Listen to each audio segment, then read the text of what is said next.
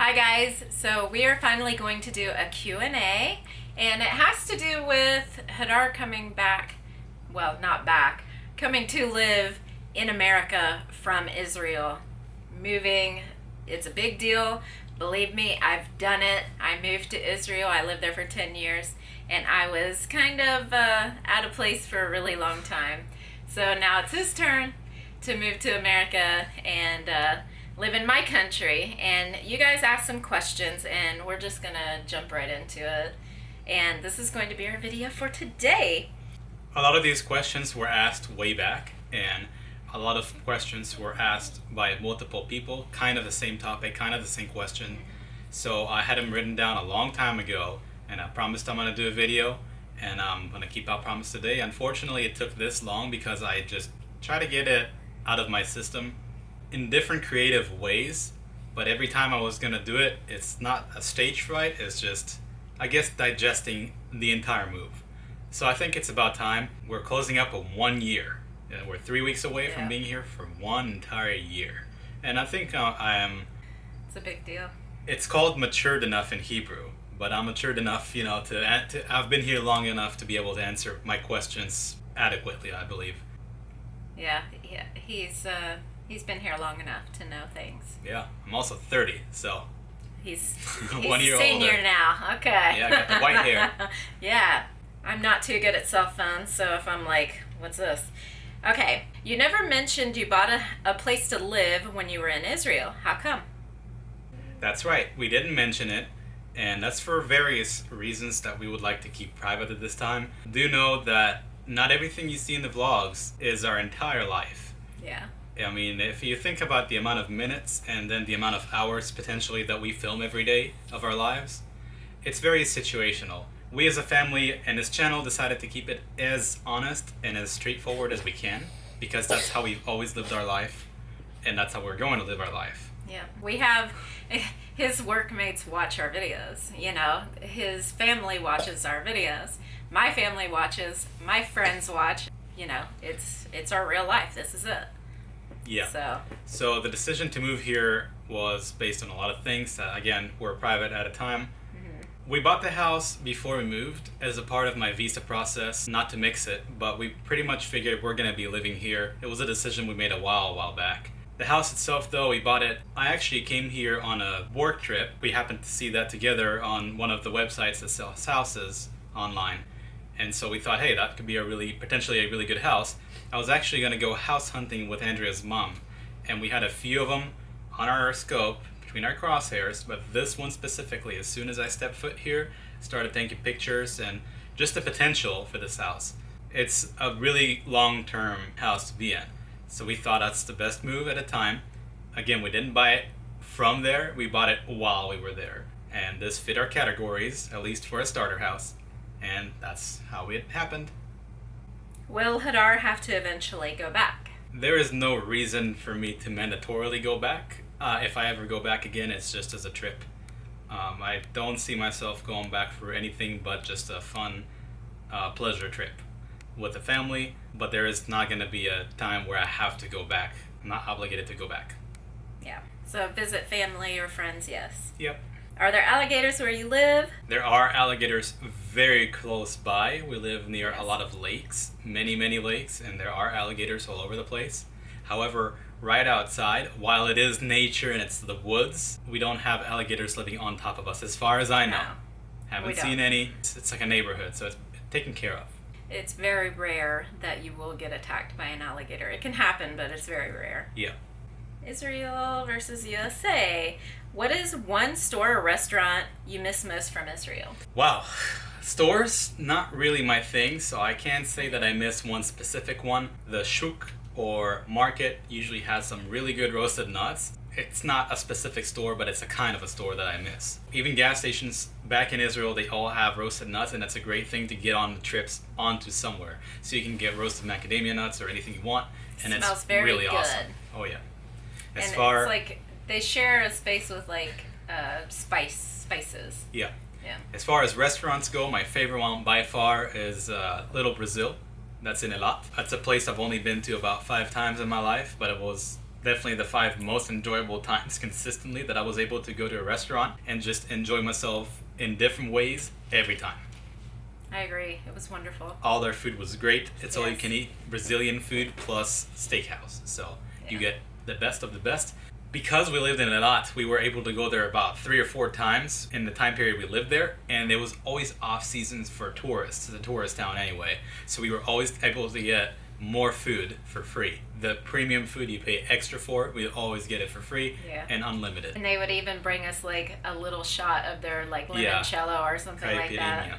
Yeah. So it's something that was really nice. It makes you feel special and welcome every single time. Yeah. And we actually got to know the people who work there, and they are tiny world, right? So Israel is like condensed tiny world. So everyone knows everyone. Somehow I actually knew a couple of the waiters that were working there at the time, and yeah, it was great. So that's the place I miss. Yeah, and we went there a couple times with Hadar's dad and stepmom, and it was just always good. Check out the videos. They have the titles, and you'll see Rafael at like 2 years old eating his face off. Basically, eating his face away. I don't know what it's called here. Stuffing his face. Stuffing his face. Yeah, that. Not zombie-like. Not zombie eating his face off. What are you looking forward to the most about living in the States? The thing I'm looking for the most is definitely the stability that buying a house and buying a car allowed us to do and to be here. Very stable. It's calm. I'm able to work with the kids, able to teach them things. I'm really excited about Rafael learning a lot. It's something I was not able to do for the first 4 years of his life, basically nearly 5 years, or actually nearly 6 years out of like almost his entire life. I was not able to be there for and with him, and same for Abigail. In a way, the stability that I got by getting in here and being able to work from home, having all of this as ours, that's what's keeping me going, and that's what I look forward to in the next years, is be able to grow my kids up and grow with them, maybe. I agree. What are a few of your favorite things about living in the U.S. so far? Okay. First off, I would have to say that the car drives and rides are longer, so I do love that the gas is much cheaper. It's like cut by half at least, and now that it's even cheaper with coronavirus out, that's like $2.04. Israel's probably about 3 times as much. And it tanks here while going up there. Another few things that I like is that I have my favorite all-you-can-eat buffets. There's not a lot that I go to. It's basically just the steakhouses, which we have not been to yet, that are all-you-can-eat. And then there's ocean buffet style, or Asian buffet, or Chinese, or whichever one it may be, that offers some good sushi. Even though it's a buffet, they do have a sushi chef there that does a really good job at it. They have different ones, even premium ones. It's really good. I don't eat it. It looks pretty. Yeah. Do you think your family is safer living in America versus Israel with everything going on over there, or do you get complacent growing up in it and it just becomes normal? Yes, I think humans in general, everyone, all of us, if we put you in a bad situation for a very long time, it'll become a part of you. Mm-hmm. And even though it may not be good or optimal, or it'll even be really bad at first, you are going to get used to it one way or another. It's just a mechanism that's built into us. We adapt. With that being said, do I think they're safer here? I think generally there are equal amount of things that can hurt you in very bad ways. Over there, it's much more dangerous immediately when it does become dangerous. But other than that, it's very peaceful and quiet and good. And what I mean by that is when you live in Beersheba, for example, where we lived, then you hear a siren, you have about 45 seconds to go to a shelter, which you don't have one in your home, so you have to go to the neighborhood shelter. And which is down the road and locked. It's a middle of the night, and it's a synagogue that acts as the neighborhood shelter. So that's not optimal. It doesn't happen often, but when it happens, like it destroyed 3 houses in a row. However, here there's just as many things that can kill you. Well, there's actually a lot more things that can kill you. It's just like it's how not threatening is it compared to the immediate threat of anything could happen there. I still think lightning can kill you more often than terrorists can via bombs anyway. Yeah. So I can rockets. say that I heard at least 3 bombs while I was there and felt them. That you don't ever get used to it. No, you can't. But the next day, everything's running just like normal. So you just get up and do it. With having anxiety, I was not able to ever get used to it. Especially like the last year that we lived in Beersheba, the last year that we lived in Israel, it was really bad. And we were very close to bombs that dropped. Yeah. So I was frazzled that last year. It's not the immediate front line, but it's the first big city to get hit, and it's right there. There's nothing you can do about it. Other cities were more protected. A lot, of course, out in the middle of nowhere, but there's different kinds of terrorists there. We had bombs in a lot too. Yeah. And there was and we heard them. No protection there until things got heated up the year after. So we actually, the first year we lived there, it was unprotected completely from that kind of attacks. And then we got Iron Dome. I think we had like 2 or 3 Iron Domes, so it was okay after that, but still sometimes it was a little scary. You can still get lightning here, and you can get a lot of different things, wildlife and bad drivers and long roads. Bad drivers and long roads. Over there it's all short. They're bad drivers in town. Your car's going to get wrecked at most, but here, long roads, no lighting, completely dark, something can off you. Someone can off you, and you don't know anything that's going to happen in like a mile away from you. You know, you're just driving. Do I trust the people more? Do I trust the people more over there or over here? I would say I trust them more over there. Hands down. Which sounds crazy if you had not experienced it. But yes, I trust people more over there than I do over here. It is an interesting question. So just to put you in like my perspective of how I look at things, I have never lost a friend or family or someone that I know. That's how many people in my life lost their lives. 0 that I know of. Again, outside military combat and military training, I've had people I know die there, and that was really tragic, but it's super safe generally. I mean, how many people do you know that died? Quite a few. Or ended up in a bad place. I can list a book of my friends that died when I was a teenager. That's alien. That's something that when we talk about that, every time it just strikes her like, what do you mean? My friend died on a fire. Okay, I don't even know how to react to that. One of my best friends, I learned she died in a house fire. Yeah. And while I was over there in Israel, and I was like trying to find her the whole time, and I found out she died in a house fire, and I was like, oh. And he doesn't know things like that, you know. They don't have house fires in Israel. They got bombs, but not house fires. Very, very few, and it's usually in the very crowded cities that you don't want to live in to begin with. Yeah. So it's just people who are not informed well enough. But the chance of something actually happening to you, especially there, I mean, it's got gas. Anything that can kill you there's just less, for whatever reason, less probability of you dying to it. And it's crazy because they have like less safety checks. I mean, there's gaping holes in cliffs on the side of sidewalks that you could fall down to your death a mile down. And it's just, they would never have that in America, right? Because everything is very safe. But it relates. It's supposed to be. To what I said earlier. Yeah. It definitely connects and relates. Yeah. I mean, there's less safety mechanisms, but people you just have to use more common sense when you're there. You adapt. To not get hurt. You adapt, man. I mean, if someone's going to do this to you in the middle of the street and just shoulder bump you, you'll be like, whoa, what's going on? Over here, it's going to be a big deal. Over here, it would be a big deal. Over there, it's like, okay. The usual. You know? It's Friday, okay. Okay, next question. So, here's a question from Shannon. Hi, Shannon. Yay, I loved your last Q&A, and I can't wait to watch this one. Questions for Hadar. What is one positive and negative thing about living in America compared to living in Israel? If you could travel to any country in the world right now, where would you go, and why would you go?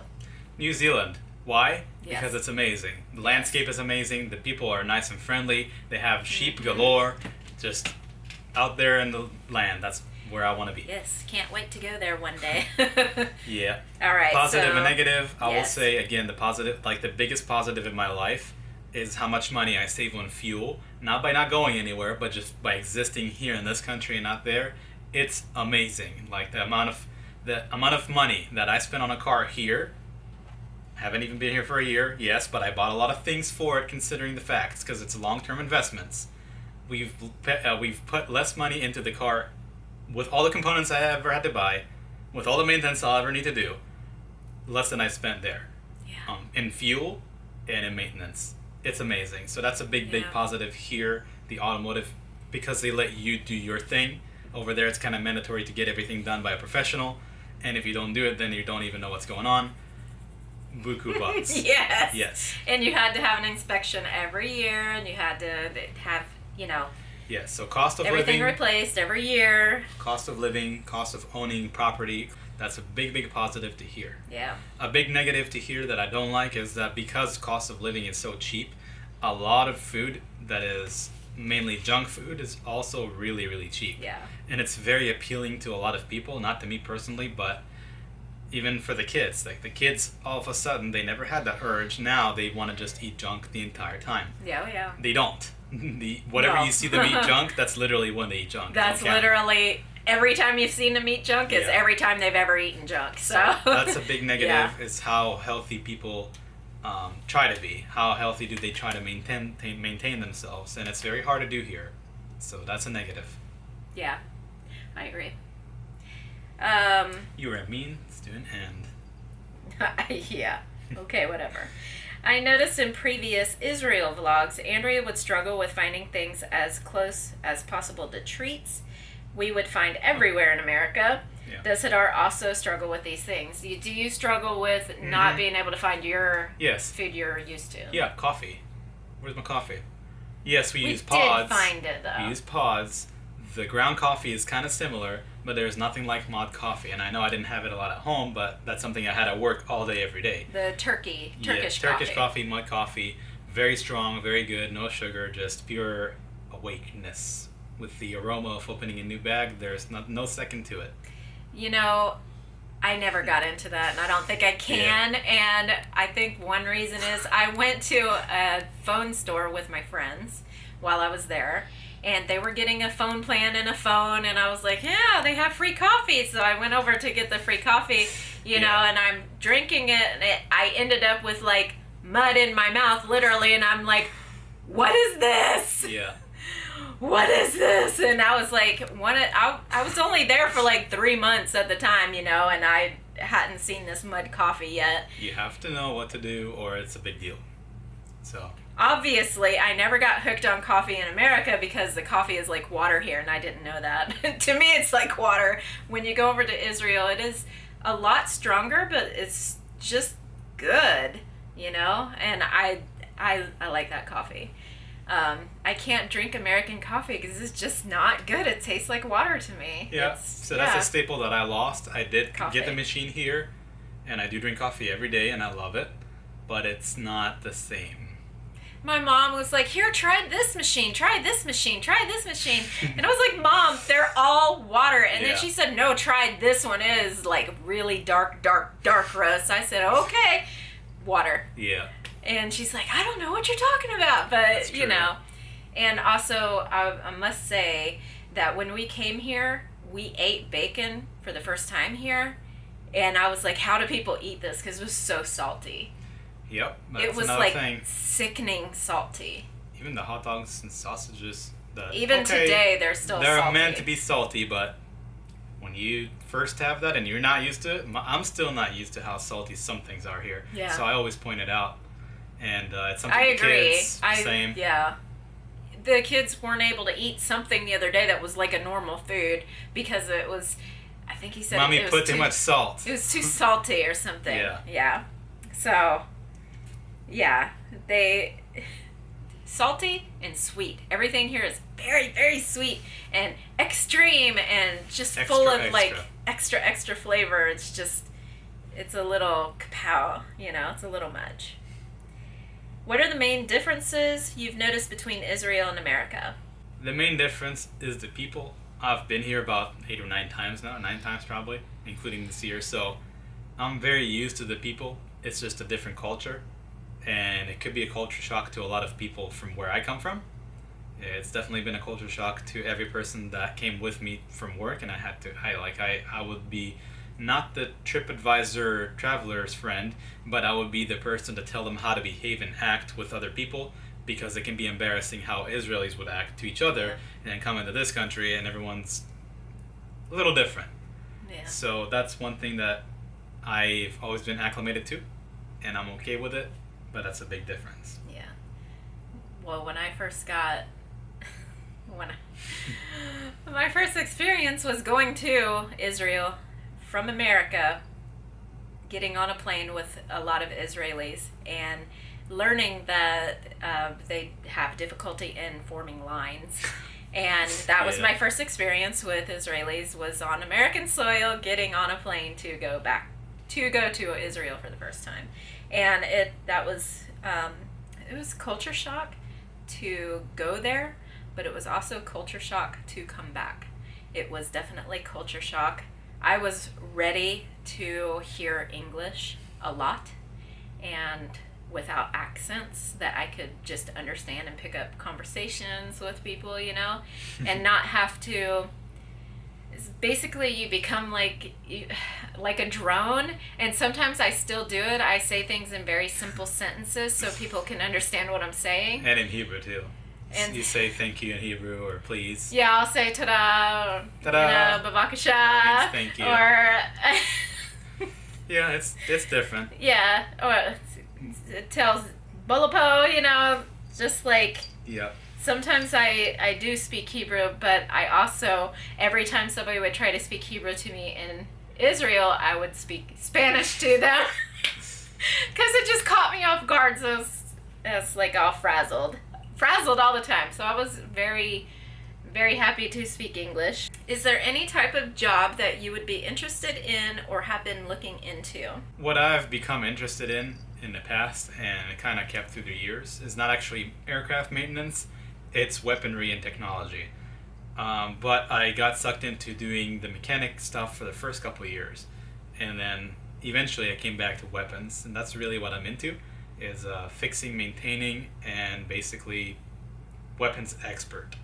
So whether it's live bombs and the actual materials in them, to and through disarming them, and just working with weapons. It's always intrigued me and interested me since I was a little kid.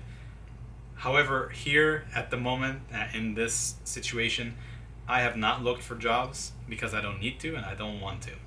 I prefer doing this.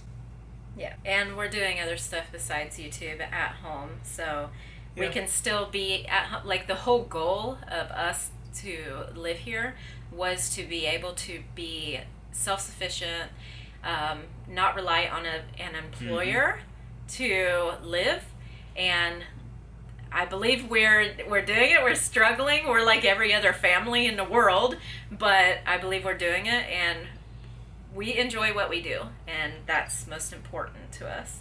My question to Hadar is, how do you like biking in Florida? Is it better or worse? I have to say it's worse because the term mountain biking then becomes like biking. Yeah. Over there, I was able to go to the extreme. In less than a year, I had enough cardio to do about 50 miles, and that was on road about half of that, but then I'd climb up a mountain and go around and do the entire course and come back home in one piece. Here, it's just I can't even get there. I have to get a car with a car rack, which I haven't gotten yet because they're so expensive, the ones that we're looking for. Not because they're expensive, but because that's what won't hurt my bike. I spent a lot of money on that bike. Theoretically, we got it with a lot of military points, but it's a very expensive bike, and if anything breaks on that is not covered. Points are still his, you know. He worked for those points in the military. Yeah, I didn't get for free. Yeah, I mean, even though it's free, he still worked for those points. A workplace would have paid me 3 or 4 times more per year, so that would be spent. Anyway, the point is, it's hard to get to. It's 50 minutes away. There's only one place I can free ride, do whatever I want at. And then to get there is one thing.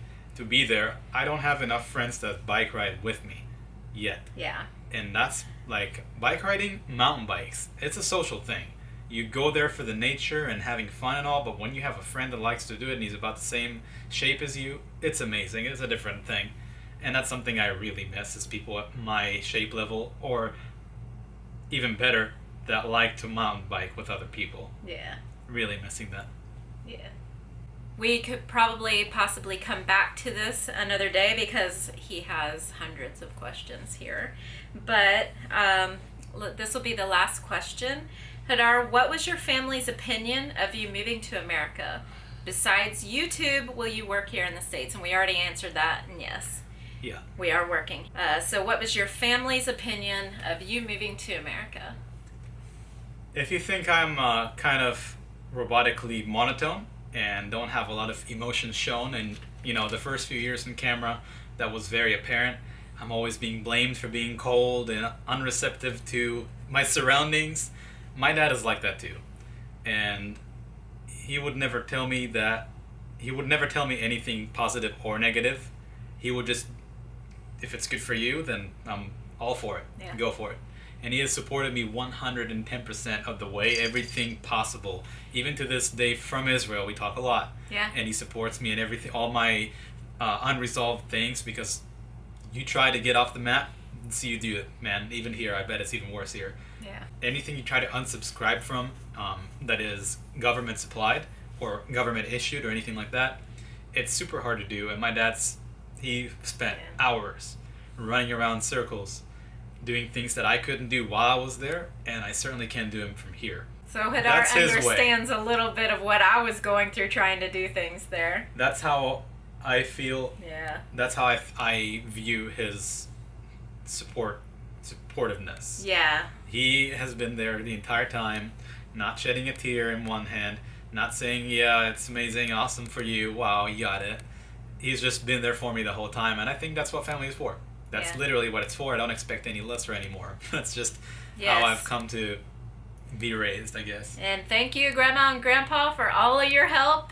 I mean, they helped sell our stuff when we left, our car and everything. They filled up their porch for 6 months with goods, really good goods, but it's goods that have to go. Yeah.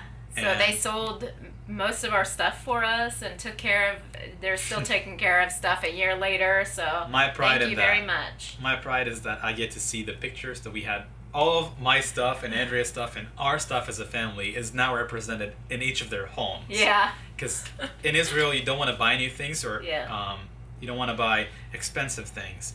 A lot of the things that we bought weren't that expensive, but they were very high quality, because I didn't figure 10 years back, hey, in 10 years, I know I'm going to go to the States. That wasn't a thing. I decided the military career, and it just didn't work for us. It did not work for us at all. I think we did pretty well for what we did.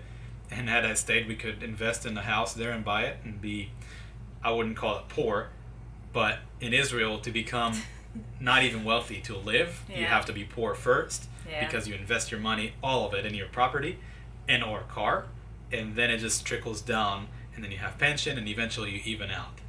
Unless you find a way to become healthy. I've not known in my life, and I had a lot of friends, none that I knew was very wealthy. No. I mean, it's something that They were all in severe debt.